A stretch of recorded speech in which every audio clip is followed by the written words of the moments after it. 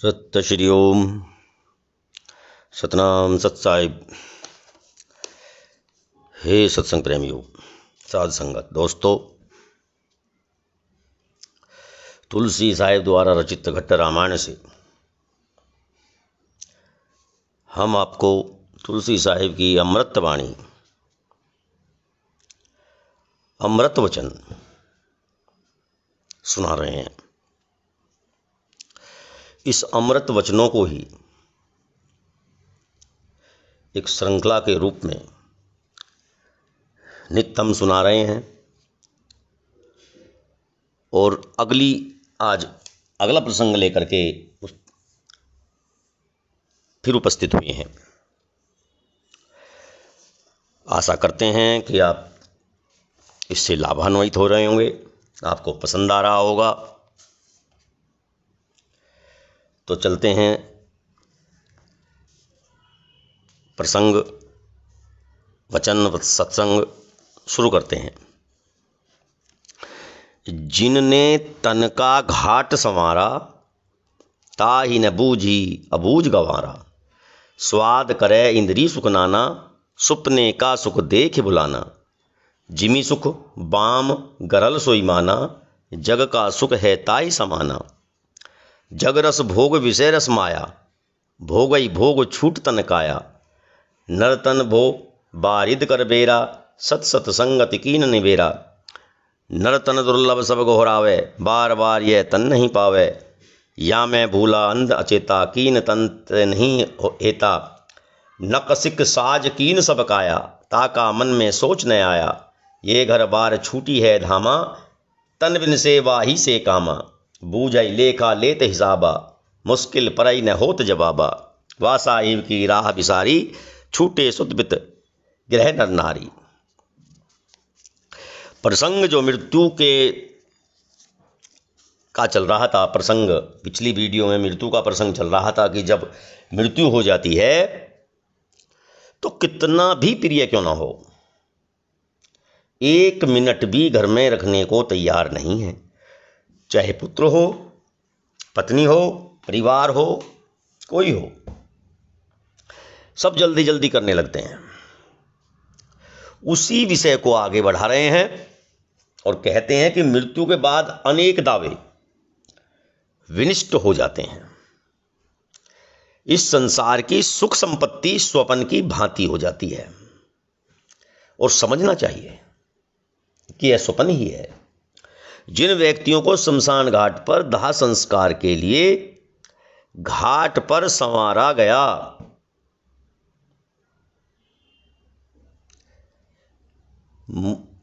कि हे मूर्ख, गवार ना समझ, व्यक्तियों ने क्या सूझेगा। नाना प्रकार का स्वाद लेकर, इंद्रियों का अनेक प्रकार के सुख भोग कर और स्वप्न जैसे सुख में वह निरंतर भूला रहता है। जो सुख के विपरीत है वह उसे विष की भांति मानता है और इस संसार का इसके लिए उसी विष के सदृश के समान है। जैसे इस संसार का भोग विषय रस के भोग के सदृश है और इस भोग के भोग द्वारा यह संसार में शरीर छूट जाता है। यह मनुष्य का शरीर भवसागर के लिए नौका की भांति है और संतों की सत्संगति से इसका निराकरण हो उठता है। सभी कहते हैं कि मनुष्य का शरीर नितांत दुर्लभ है। नरतन दुर्लभ सब गोहरावे, बार बार यह तन नहीं पावे। बहुत ही दुर्लभ है और बार बार यह शरीर नहीं प्राप्त होता।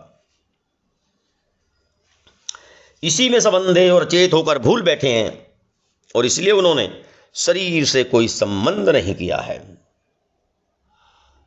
इस शरीर को नख से शिका तक सज्जित कर दिया गया है, किंतु उस परम तत्व की चिंता मन में नहीं आई।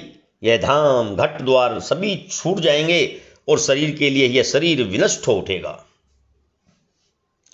हिसाब किताब के लिए सभी लेखा जानना चाहते हैं, किंतु यह सब हिसाब मुश्किल पड़ जाता है क्योंकि इससे उत्तर नहीं मिलता।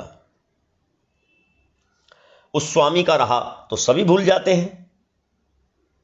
फलतः इस संसार में बनाए गए पुत्र, धन, ग्रह, नर तथा नारी सभी कुछ यहीं छूट जाते हैं।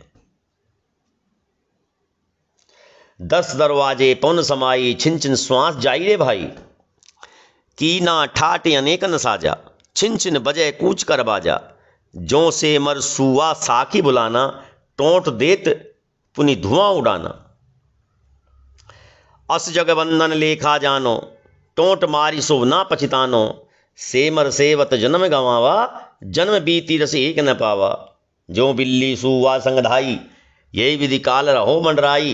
तू अचेत निद्रा नित सोवा, चोटी काल धरी जब रोआ। गाढ़े बंधन भया समाना, बांधा काल कष्ट जब जाना। जब राजा विधि बढ़ा कसाई, देत मार पुनि कौन छुड़ाई। ताते बूझो अंध अचेता, ये तन जात भजन बिन बेता। आज काज है कालिया काजा, छिन छिन लेखा ले जम राजा। तुलसी जिन सत्संग सत्संगत कीना, सतमत रहा संत को चीना। कह रहे हैं कि शरीर के 10 इंद्रियों द्वारा, शरीर की 10 इंद्रियों के द्वारों में वायु समाविष्ट हो उठती है और यह श्वास छन छन विनष्ट हो उठता है। मनुष्य जीवित रहने पर नाना प्रकार के ठाट बाट करता है, किंतु उसके लिए महाप्रस्थान अर्थात मृत्यु के बाजे छन छन बजते रहते हैं।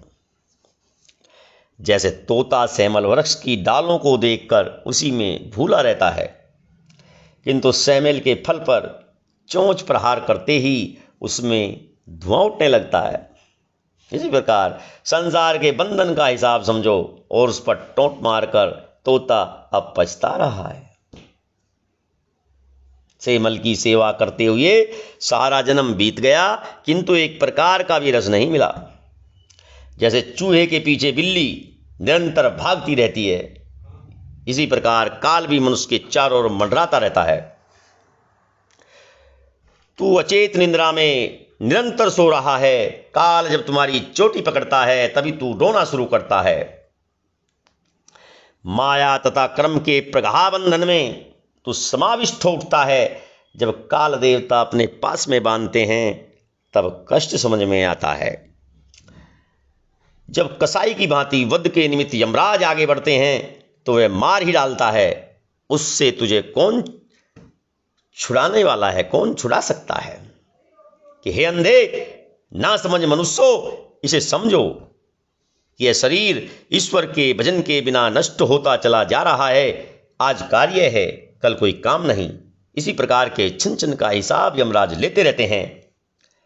तुलसी साहब कहते हैं कि जिसने सत्संगति की, संत मत तथा संगति को पहचाना, वही सब पार उतर गए। ताको जब पूछे नहीं काला, कीनी ही कृपा संत दयाला। सतगुरु मार्ग तुरत लखावा, सतगुरु कृपा अगम घर पावा। सतगुरु सोई सत्य दर्शावे, भूला आदि संत घर पावे। जो सतसंग सतगुरु ने दीना, संत कृपा से मार्ग चीना। सतगुरु पदम माही पद माही, सतसंग सुरती गगन पर धाई। सतगुरु सत सत सतनामा, सुरती मिली या निज कामा। के सतगुरु सत सत बतावा, सतगुरु पदम ग्रंथ में गावा।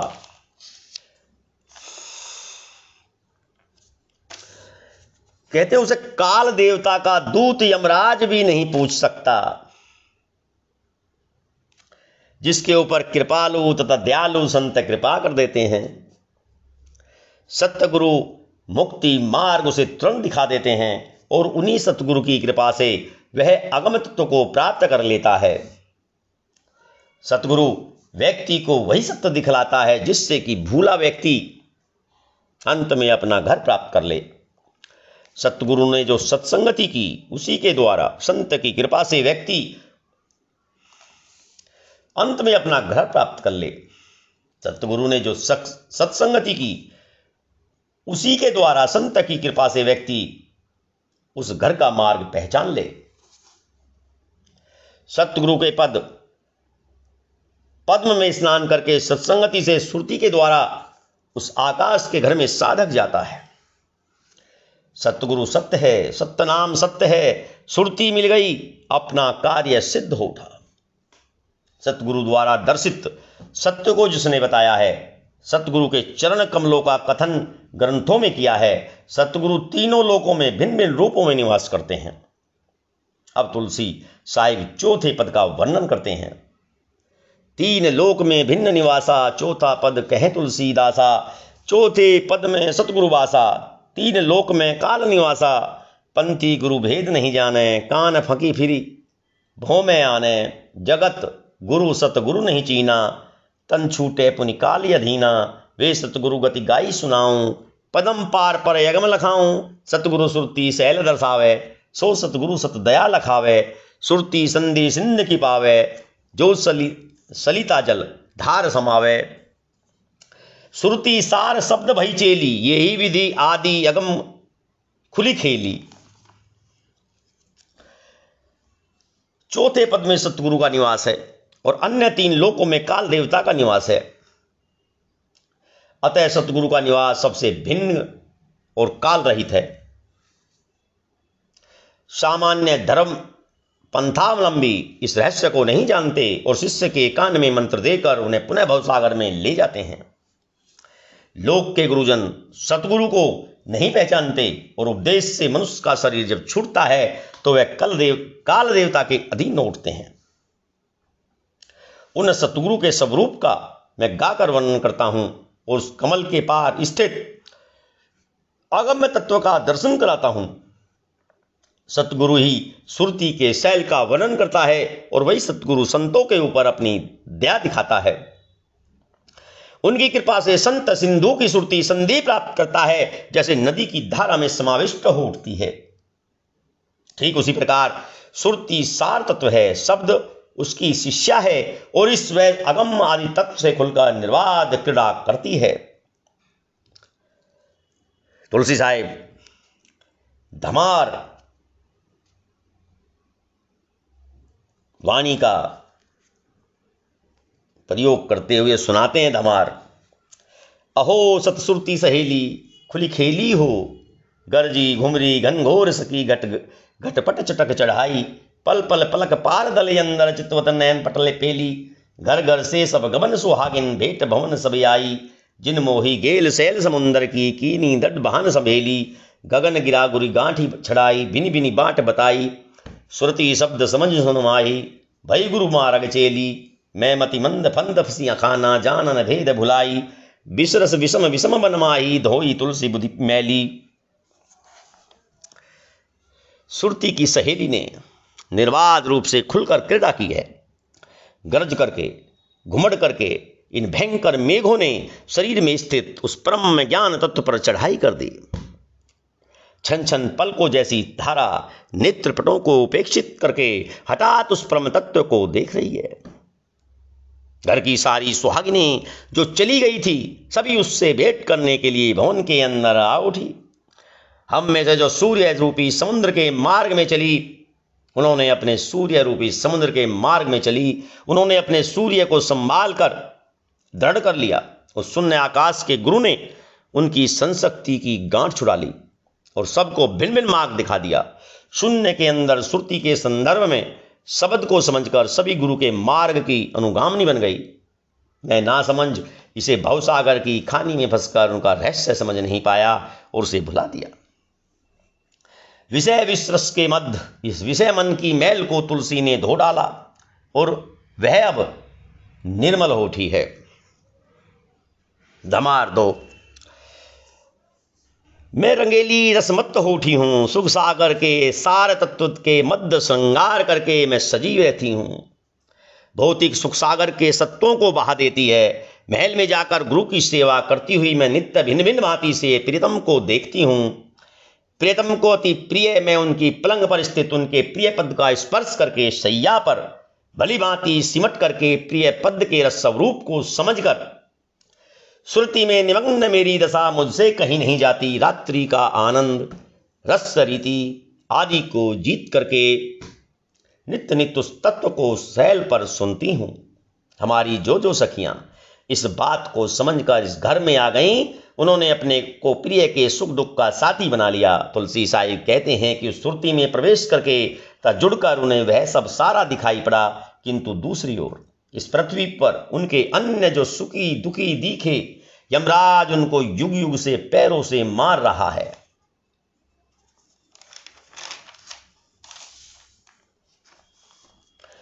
हे प्रियतम की प्यारी आत्मा, तुम इस सुंदर आकाश को भली भांति देखो। श्वेत वर्ण जैसी सुरती इसमें समाई हुई है और उसके मध्य में काला कमल है। वायु के उस पर श्रुति भवन है और शब्द में तन्मय होकर मैं आगे गई। कमल दल में स्थित द्वारा मैं अपने ज्योति नगर में पहुंची, फिर वहां से चलकर शून्य के गई। वहां पर पूरी तत्परता के साथ अपनी साधना के उस विलक्षण लोक को देखकर वहां से भी चल पड़ी। नल की नाल में चींटी की सी चाल चलती हुई भ्रमर गुफा, जैसे ग्रह में जहां पहुंची, उस भ्रमर गुफा के उस पार कमल पदों को देखा और अपने जन्म को अत्यधिक सुख में माना। उस श्रुति के घर में मिलन तथा मिलाप क्षमा उठी। उस पुरुष में ब्रह्म संशक्ति उठी। अपने घर में बाणों के लक्ष्य भेद के सुधार जैसा शब्द सुधार लिया। तुलसी साहिब कहते हैं कि मैं सार तत्व को ही सुनकर और समझकर इस मार्ग पर चली थी और उसके बाद ही लक्ष्य तक हमारी सुरति साधना चढ़ी। वह आदि तत्व अज है, अतुल्य है। तुम उस तत्व स्थान को भूल बैठे। 14 भुवनों से भी वह पद विलक्षण है। उसकी निर्गुणमयी ज्योति कभी विनष्ट नहीं हो सकती, न शून्य में, न आकाश में, न पृथ्वी पर, न तारा मंडल में वह न्यारा कमल खिला है। कहाँ खिला है, स्थान का निर्देश संभव नहीं है। उसकी यजर कपाटें जब खुलती हैं तो वैसा उजाला न सूर्य में दिखाई पड़ता है, न चंद्रमा में और न स्फटिक मणि में। उस महाशून्य के महल में जब ध्वनियों की धधकार उठती है तो कितने विलक्षण लोग उसमें समाहित तो उठते हैं। वहां न शब्द है, न संशक्ति का कोई तत्व है, न कोई आकृति, किंतु तत्व जो मन में बस जाता है, मन से निकलता नहीं। वहां संतों का निवास है। उस स्थल कोई अंत नहीं है। उस अवस्थित धार की खिड़की कोई खोल देता है। खिड़की खुलने के बाद वह स्थलगम तथा पार दिखने लगता है। उसका वर्णन कैसे करूं? मन करता है कि नित्य प्रति नित्य वहां दौड़कर वहां जाया करूं। इस कथा का अंतहीन समझो। जैसे सुरक्षा के फाट को तोड़ने के लिए हाथियों की हूल होती है, तुलसी साहब कहते हैं कि उस परम तत्व की कोई तोल बोल मूल्य माप नहीं होता। जो वहां जाता है उसे उसका वह ज्ञान करा देता है। संत जन उस गूढ़ तत्व का रहस्य नहीं खोलते, वे शब्दों के साथ भूलकर उसका गान करते रहते हैं। जिन्होंने मूल्यांकन कर रखा है उनकी दृष्टि में सत्संगति अमूल्य है। साथ कर करके उसके स्वरूप को नहीं समझा कि कहाँ बादल है, कहाँ कालीमा है। अपने स्वार्थ के सभी अच्छी तरह से हर्षित हैं। इससे उन्हें बड़े बड़े संकट पड़ेंगे। यह कहते हुए सारे के सारे संत घर बैठे हैं और उन्हें शब्दों में सुधार नहीं समझ में आया। उस पार का समाचार सुनकर सभी भाग बैठे और उन्हें ऐसा लगता है जैसे कोई उनका मूल्य मांग रहा हो। कोई भी संत उस परम रहस्य को सुनाने के लिए न कोई द्रव्य मांगता है, न धन और ग्रह धाम मांगता है। वह अनासक्ति भाव से उसे सुनाता है। वह उस स्वामी में ज्ञान के बदले में न कुछ लेता है न देता है, वरन निस्वार्थ भाव से परमार्थ की गांठ खोल देता है। यद्यपि श्रोता साथी के पास न समझ है न विचार है, फिर भी वह संत उस परम तत्व को अनेक रूपों में सुनाकर बताता है। वह जानता है कि इस भवसागर की संगति कैसे छूट सकती है, क्योंकि उसके रहस्य को जानता हुआ यमराज लूटपाट किया करता है। तुलसी साहब कहते हैं कि मनुष्य क्रूर कुत्ते तथा शूकर के सदृश है, जो अपने स्वभाव को नहीं छोड़ सकते। इसलिए नित्य प्रति विवश काल नित्य प्रति उनका वध करता रहता है, क्योंकि वह परमार्थ तत्व को नहीं जानता, केवल शरीर ही जानता है। जो जान गया वह उस सतगुरु में समाविष्ट हो उठा। सतगुरु ही धर्म के रहस्य का गढ़ तोड़ता है और संशक्ति से मोड़ने के लिए अपना मन लगा देता है। सतगुरु के चरणों के प्रति आत्मीयता ग्रहण इस संसार की रस रीति नष्ट हो उठती है। जिन जिन में अपने अभिष्ट संतों के प्रति संशक्ति है और उनके दर्शन की आसक्ति भी प्रतिक्षण है, उनको उस परम तत्व की धार दिखाता है और उनको इस भवसागर का संशक्ति भरा दुख छूट जाता है। संतों का दर्शन, स्पर्श, मन की सुचिता, परम तत्व का आस्वादन और निरंतर श्रुति के प्रति आत्मीयता एक क्षण के परम तत्व को दिखा देती है। जैसे ताले में लगी हुई चाबी खोल देने पर सब कुछ उदित होकर प्रकाशित हो उठता है, इस पिंड के भीतर नाना प्रकार के रूपों को देखकर श्रुति की लहरें उठती हैं और व्यक्ति स्फटिक मणि के उजाले में आकर अपनी विश्राम स्थली देख लेता है। हे यम, विष की खानी में रहकर क्यों ब्रह्म में भूले हुए हो? 5 तत्वों की 25, 30, 33 3 गुणों की तरंगों में भूले हुए हो। 84 योनियों में जो जहां चला जाएगा वहीं का निवासी होकर वह वहां निवास करता है। वहां न ज्ञान न ध्यान नहीं मानता, वह मन की दिशा में ही चलता रहता है। फलस्वरूप उसका कर्म स्वामी बनकर उसके सिर पर यम की डोर फिर से बांधता रहता है। तपते हुए जीव को वह तपती हुई शिला का स्पर्श कराकर जलाता रहता है और वह जीव तड़प तड़प कर निरंतर दुख प्राप्त करता रहता है। भोग में लिप्त जीव की पीड़ा का मैं यथार्थ वर्णन करता हूं और जो भोग में समाया हुआ है वह इसका तात्पर्य भली भांति समझता है। तुलसी साहिब कहते हैं कि आज 17 कर्म के लिए मनुष्य की देह धारण किए हुए यह मानव शरीर फिर से तुम्हारे हाथ नहीं आएगा। सोते खाते रात्रि में सुख प्राप्त करके हुए शरीर विनष्ट हो उठेगा और सारा का सारा समय भी बीतकर नष्ट हो जाएगा। ये मन विषम विकार सार शब्द चीन्ह नाई, कर्म भर्म भो लार हाथ हरक आवे नहीं। यह मन तो विकार ग्रस्ता के कारण विषम हो उठा है और सार शब्द पहचानता तक नहीं। कर्म का भ्रम ही भवसागर की संशक्ति है और उसके कारण परमार्थ तत्व उन्मुक्त भाव पूर्वक कभी आ नहीं पाता।